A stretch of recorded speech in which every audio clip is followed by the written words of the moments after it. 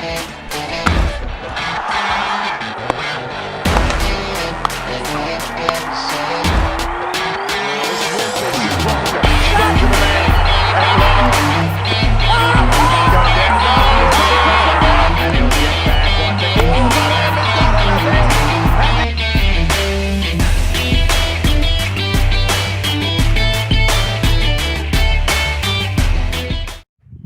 and welcome to How's That? With me, as always, is Vijay Lokpally, my friend and colleague. And today we are going to try and discuss what happened in the game last night between Rajasthan Royals and Kolkata Knight Riders. A big win for Kolkata Knight Riders and taking them to the second spot on the table, and Rajasthan Royals slipping to the third place. Good morning, Vijay. It's nice to have you back here. Yeah, good morning. I think there'll be a lot to talk about other than the last night's match. There are quite a few interesting things coming up in this tournament. There's plenty to talk about, especially the fact that low scores will now seem to become order of the day. We got to see a game last night where we knew it was a used pitch, and then we got to see how Rajasthan Royals was caught napping in trying to chase a score of 175. I think the biggest challenge as the tournament progresses is going to be how to adapt to these pitches because last night, yes, it was a sluggish pitch and there will be more sluggish pitches and the challenge will be for the curators to keep the pitches in shape for a good T20 game. And given the nature of pitches in UAE, I won't be surprised if batsmen are going to face more challenging tasks in adapting. Also, I think, Vijay, on the basis of what we saw last night, some of the bowlers will feel encouraged, especially those who are able to bowl wicket to wicket, who are accurate. I think there will be great reward for accuracy. When the batsmen are forced to try and create opportunities for scoring runs, I think the bowlers will come into play a lot more now. We asked KB Bhaskar, a wonderful coach and a brilliant batsman in his time, to assess the game last night, especially Shubman Gill's batting and Jofra Archer's bowling. Let's listen to what he has to say. But was very pleasing to see once again the Indian youngsters performing once again. Leading the pack was Shubman Gill, who scored a fluent 47. What a class player he is. Eagerly waiting for him to be seen in the Indian dressing room. Impressive was also Nagakoti and Mavi, who bowled excellently, also taking wickets amongst them. Also Chakrabarti contributed with taking 2 wickets. The only bright spot in the RR performance was the bowling of Archer. What a bowler he is, probably one of the best in the world today. Probably the best in the world today. What a deceptive action he has. Bowls the shorter stuff really quick. Absolutely, and I'm just wondering whether a sluggish pitch or a quick pitch does it really matter for someone like Jofra Archer? I mean, he's so quick in the air, and then he is able to get so much from these same pitches. He presents a very fascinating side, just as Pattinson or just as Cummins. So I think there'll be we are heading for some interesting times. I think it was important that someone like Jofra Archer came into the tournament after having played test matches in England and after having played quite some cricket in England. He does not seem work in progress. He seemed ready for this tournament and cranking up speeds of 150 yesterday. He was brilliant to watch, Vijay. He's quite fiery. Couple of lusty shots in the end, and he gave away a few runs.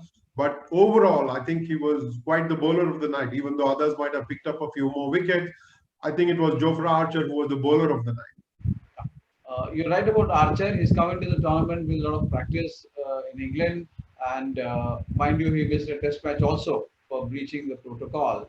But he revives memories of those great West Indian fast bowlers. I mean, he's a rhythm bowler.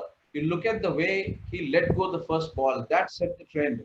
He was into his elements, and yes, he may be playing for England. But to me, whenever I watch him, I'm only reminded of all those great West Indian fast bowlers. I'm reminded of the Monty Morkel preparation, and I think Jofra Archer would have spent a lot of time warming up for his first ball. for him to be bowling so brilliantly, for him to come onto the field and then present his A game, I think it tells you how much he's eager to prepare himself for a game and then let himself rip like he did. Yeah, off the field preparation, yes, his workouts, his gym work, his obviously is very strong and he's very athletic. I mean, if you see a kind of a flexible body, it is not that a very rigid fast bowler's frame he has.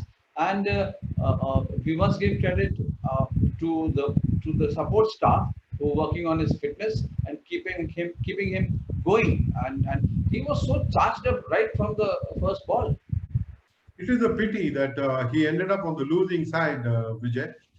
But also, I think we have to give credit to young Shubman Gill for having played him up and then scored that 47, which was critical in the overall analysis of the game. I think Shubman Gill's innings at the top of the order for Kolkata Knight Riders was very critical. It was not such a big score as you might have imagined, but it was a very, very important knock from KKR's point of view.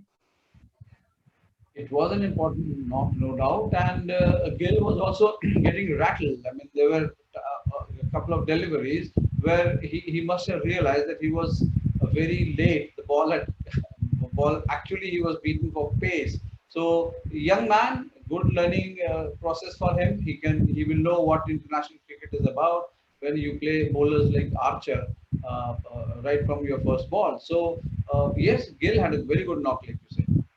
I think he got lucky, Vijay, having got dismissed when he should have ideally carried on, batted through the 20 overs on a tough track. I think the challenge really for the batsman, once you have played yourself in, you got to see your inning through. I think he got lucky because Ian Morgan played a blinder, not very many big shots, but he played a very, very crafty knock, scoring those 35 not out in just 23 balls. Not too many boundaries in that, but he was very smart in what he did with his innings and lifted the Kolkata Knight Riders score from below par to above par.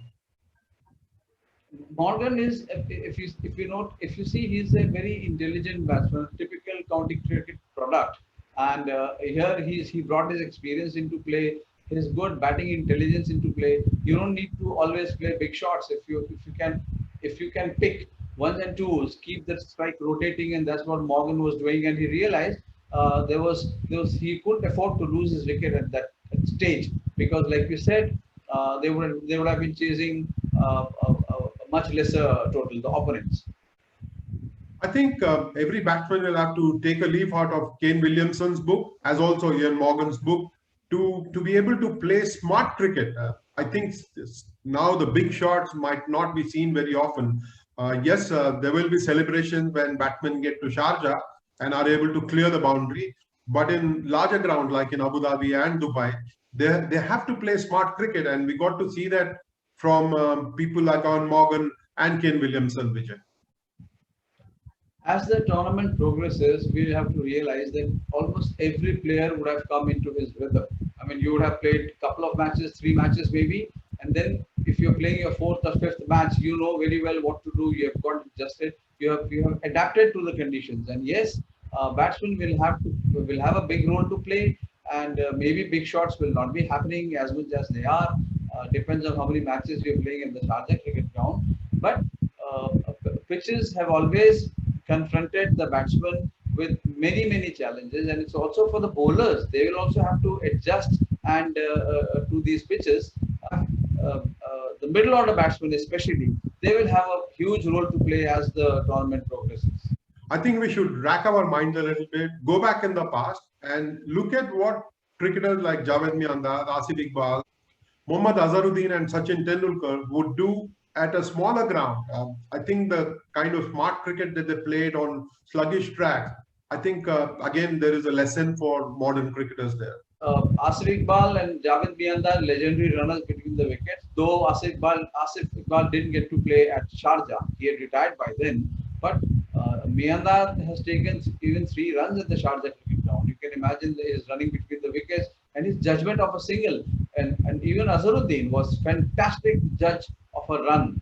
He would I mean, his non-striker, the partner would know when they were crossing that he had to come back for the second. And mind you, Azhar was also very good in judging, in picking the ends. Even if he was running to the danger end, he knew he would reach and take the second run. So running between the wickets is going to be a very important segment, very important factor in the coming matches. I think the Rajasthan Royals batsmen did not quite adapt, and we should hear what Robin Uthappa had to say about the fact that the Rajasthan Royal batsmen perhaps made the mistake of playing the big shots too early in the innings rather than get used to the pace of the track. We got a sense that the wicket changed a little bit post the first innings. I thought that the wicket began stopping a little bit. Obviously, it was a used wicket. The game that RCB played against Mumbai Indians, I think, is that same wicket that we played on. So I think towards the end, the wickets started getting a little tired, so started stopping a little bit. So yeah, in hindsight, we definitely felt maybe we could have taken a little bit more time to get adjusted and then gone to take the attack to the bowlers. I think it's just a matter of adjusting to the pace of the wicket as well. So I think as we play more games here, I think we'll get better and better at it. So I think today we've got a good sense of how this wicket's going to play. It's pretty similar to our practice wickets. So I think we're looking forward to the next games as well. So I think our performance will only climb from here on in. It takes quite some admission, Vijay, for Robin Uthappa to say that in hindsight, maybe the Rajasthan Royals batsmen should have taken a little bit more time to get used to the track. Yeah, I'm surprised because he would have come into the ground with some pep talk from the coach in the dressing room. They would have decided what tactics to adopt. It's just a fact. It's another matter that he didn't get going. I mean, Uthappa also has played some grand innings in IPL. He's a very attacking player. It's just that his form is deserting him. Luck is deserting him. Maybe the fact that he dropped the catch also would have played on his mind. So you'll have to, yes, it takes a lot of heart to admit a mistake. Pulling the ball, but he found the man, and I thought this is credit to Dinesh Karthik for having drawn the fielder in a good 7 or 10 yards, and Robin Uthappa found him with unerring precision. Yes, unerring precision, yes, because these are not good times for Uthappa. Any other time, maybe he would have cleared the fielder by yards. So, lessons for him to take home from this game. And I want Uthappa to do well because he's a very exciting batsman to watch. There was a question that one of our regular YouTube watchers, Kanishka Tyagi, asked, and she wanted to know if Pat Cummins should be leading the side rather than Dinesh Karthik. I'm sure Dinesh Karthik has answered her questions now, Vijay, in the sense that as a leader, he's done a good job. Perhaps he just needs to find a few runs. Let's watch what he had to say at the post-match press conference, Vijay. Just the fact to see both these boys out there playing for us, representing our franchisee, the fact that we've stuck with them and, just to see them out there is so happy. And the fact that they're bowling well and fielding well is a bonus, but just to see them out there, I've been wanting to see them since the time they played the World Cup. And now it's just great to see them both on the field. The fact that these young boys are doing well is very good. I don't think we should get too carried away and, make it a lot about them. Just the fact that they're doing well is very good. I don't want to, add pressure on them by making them feel that they are the ones that we are dependent on. I think just if they keep chipping in and doing their bits, I think there are fabulous cricketers around them as well who will play a role and make them look even better than what they are. Dinesh Karthik led the side well, Vijay. They did not have much to show with the bat. But I think when they were defending 175, Dinesh Karthik showed that he could be quite a good leader of the bowling resources that he had and the field placing that he could manage.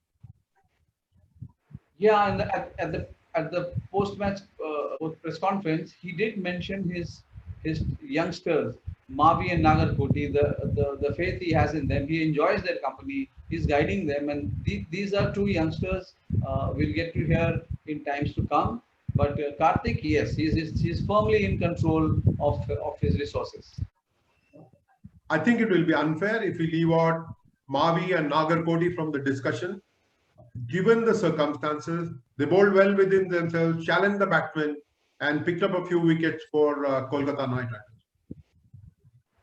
Yeah, it would have been unfair to leave them out, and it is not that I have heard about them, or you would have heard about them at this IPL. They have been in the news for the last couple of years. Very energetic boys. They both come from a background where cricket is not the priority, but credit to them. They're learning their lessons fast. They'll have to protect themselves from injuries because they are not bowlers with huge physical frame. So they put in a lot of effort in both use their shoulders. Both are using the run up. I mean, if you see the thrill and the focus is on the run up. So it is learning good learning times for both these youngsters. And like I said, we're going to hear about them in the coming times. They were both in the same frame, Vijay, when Jofra Archer played that big shot. Both of them were in the frame from long on and long off. And ultimately, it was wonderful to see the athleticism of Nagarkoti in taking that catch.